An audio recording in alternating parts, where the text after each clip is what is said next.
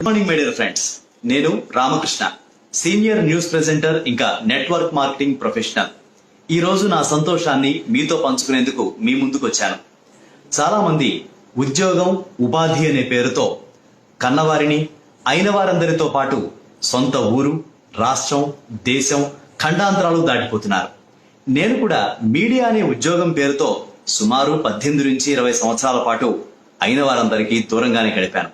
కానీ ఈరోజు తల్లిదండ్రులతో కలిసి ఉంటూ సొంత ఊరిలో ఉంటున్నానని చెప్పేందుకు సంతోషపడుతున్నాను.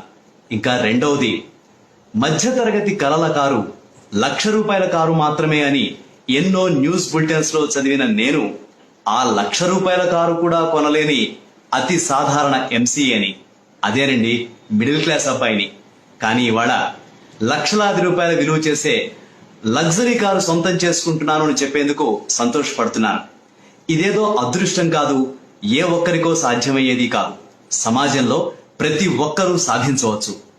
ముందుగా మనం మారాలి అంటే మన ఆలోచన విధానం మారాలి. కేవలం ఆలోచన మాత్రమే కాదు, ఆ ఆలోచనల్ని ఆచరణలో పెట్టడం అతి ముఖ్యమని నేను తెలుసుకున్నాను. ఇంతటి గొప్ప అవకాశం నాకు వెస్టీజ్ అనే సంస్థ కల్పించింది. ఆరోగ్యమే మహాభాగ్యం అంటే ఆ రోజు తెలియదు. ఆరోగ్యంతో సకల భాగ్యాలు సిద్ధించుకోవచ్చని, అందుకు